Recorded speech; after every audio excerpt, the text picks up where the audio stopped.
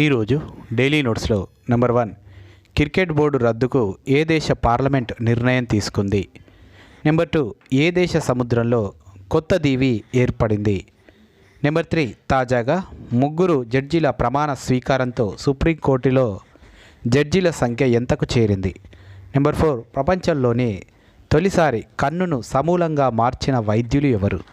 Number 5 UP cabinet అయోధ్యలో భేటీ కావడం ఎన్నోసారి.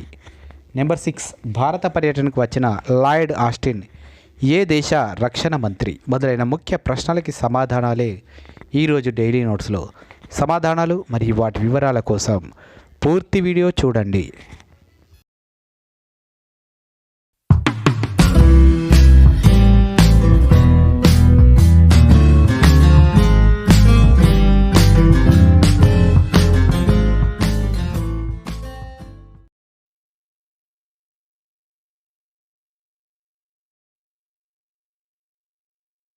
Hi friends, daily notes current అఫైర్స్కి స్వాగతం. 10 నవంబర్ 2023 నాటి కరెంట్ అఫైర్స్ నిన్నటి విషయాలతో. డైలీ నోట్స్లో పేజీ నెంబర్ 1 క్రికెట్ బోర్డు రద్దుకు శ్రీలంక పార్లమెంటు ఆమోదం. శ్రీలంక క్రికెట్ బోర్డు ఎస్ఎల్సి కార్యవర్గం రద్దు వ్యవహారం రోజుకో మలుపు తిరుగుతుంది. గురువారం ఎస్ఎల్సి కార్యవర్గం రద్దు తీర్మానానికి శ్రీలంక పార్లమెంట్ ఏకగ్రీవంగా ఆమోదం తెలిపింది. ప్రధాన ప్రతిపక్ష పార్టీ నేత సజిత్ ప్రేమదాస తీర్మానాన్ని ప్రవేశపెట్టగా సీనియర్ మంత్రి నిమల్ సిరిపాల మద్దతు తెలిపారు. మంగళవారం షమ్మీ సిల్వా సారథ్యంలోని ఎస్ఎల్సి కార్యవర్గాన్ని అప్పీల్ కోర్టు పునరుద్ధరించిన నేపథ్యంలో పార్లమెంట్ ఏకగ్రీవ తీర్మానం ప్రాధాన్యం సంతరించుకుంది. ప్రపంచ కప్లో భారత్ చేతిలో ఘోర పరాజయం అనంతరం క్రీడల మంత్రి రోషన్ రణసింగే ఎస్ఎల్సి కార్యవర్గాన్ని రద్దు చేశారు.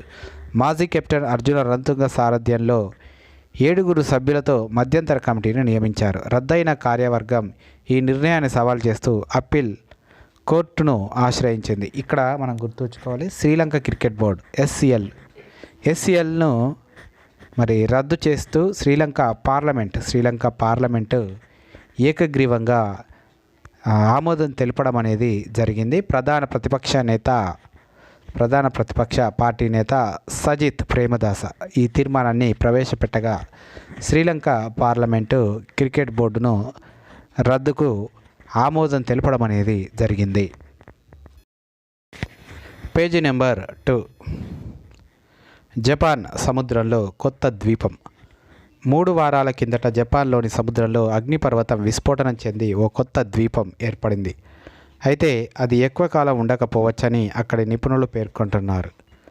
ఐవో జిమా దక్షిణ కోస్తా తీరానికి కిలోమీటర్ దూరంలో అక్టోబర్ 21న అగ్నిపర్వతం విస్ఫోటనం చెందిందని, అనంతరం 10 రోజుల్లోనే బూడిద రాళ్ళు పేరుకొని 100 మీటర్ల వ్యాసంతో సముద్ర మట్టానికి 20 మీటర్ల ఎత్తులో కొత్త ద్వీపం ఏర్పడినట్లు జపాన్ వాతావరణ సంస్థకు చెందిన యూజీ ఉసుయ్ అనే విశ్లేషకుడు తెలిపారు.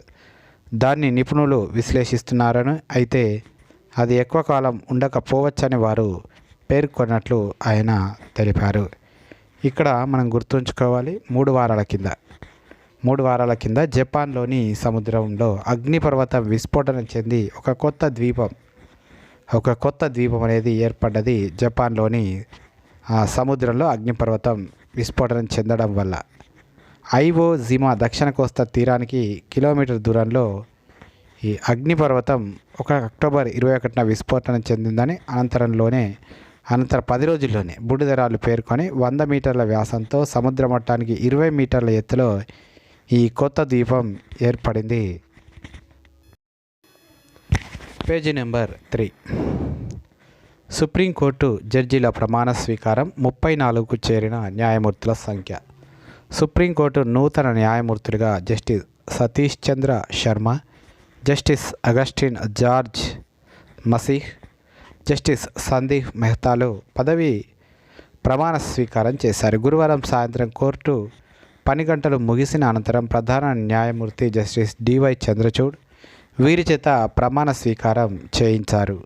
ఢిల్లీ హైకోర్టు ప్రధాన న్యాయమూర్తిగా ఉన్న జస్టిస్ సతీష్ చంద్ర శర్మ, రాజస్థాన్ హైకోర్టు ప్రధాన న్యాయమూర్తిగా వ్యవహరిస్తున్న justice Augustine George Masih.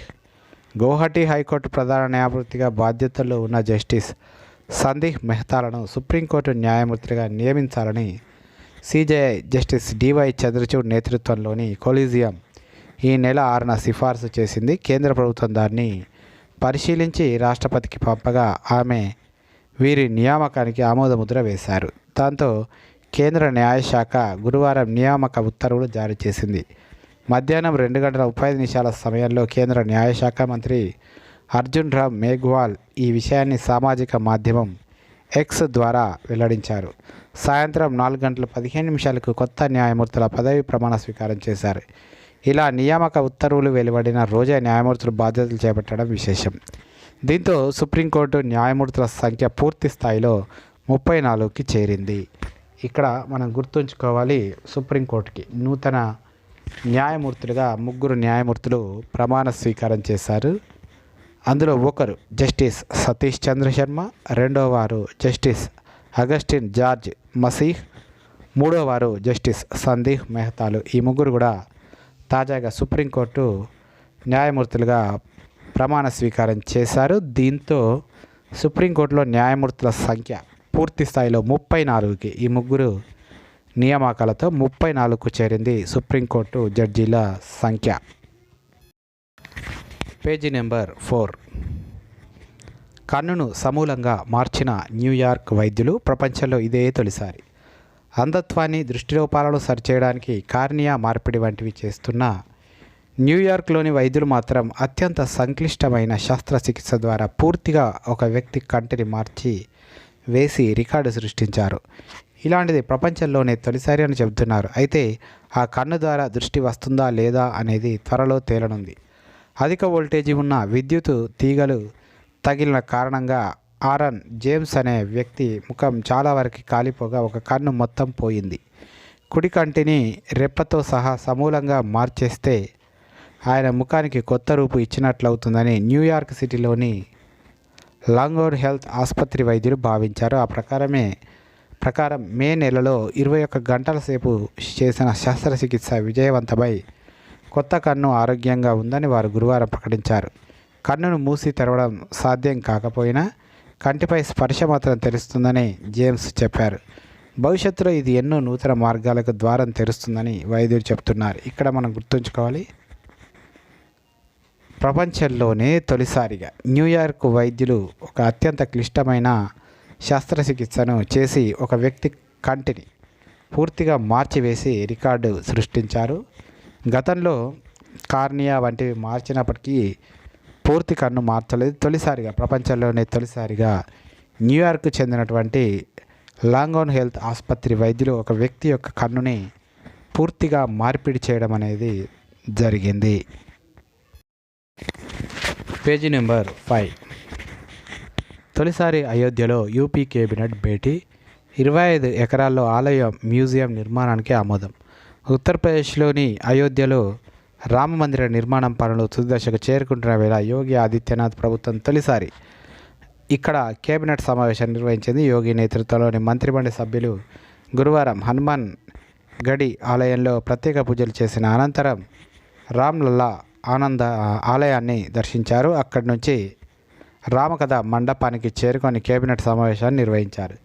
Shri Sitarama అని రాసి ఉన్న కండువాలను ధరించి వారు ఇందులో పాల్గొన్నారు. అనంతరం శ్రీరాముడు, హనుమంతుడి చిత్రాలు ఉన్న బ్యానర్ ముందు నిలబడి యోగి విలేకరులతో మాట్లాడారు.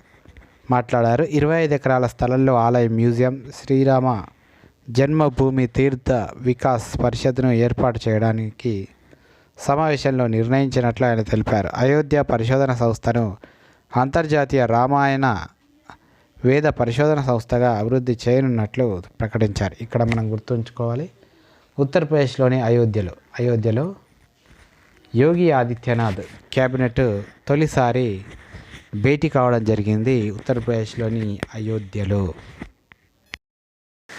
Page number 6.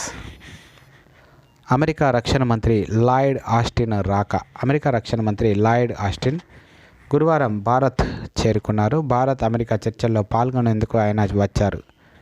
ఆయనకు భారత రక్షణ మంత్రి రాజ్నాథ్ సింగ్ స్వాగతం పలికారు. అమెరికా విదేశాంగ మంత్రి యాంటోనీ బ్లింకెన్ కూడా ఈ సమావేశంలో పాల్గొనేందుకు గురువారం అర్ధరాత్రి దాటాక ఢిల్లీ చేరుకున్నారు. ఇక్కడ మనం గుర్తుంచుకోవాలి, అమెరికా రక్షణ మంత్రి లాయిడ్ ఆస్టిన్ భారత పర్యటనకు రావడం జరిగింది.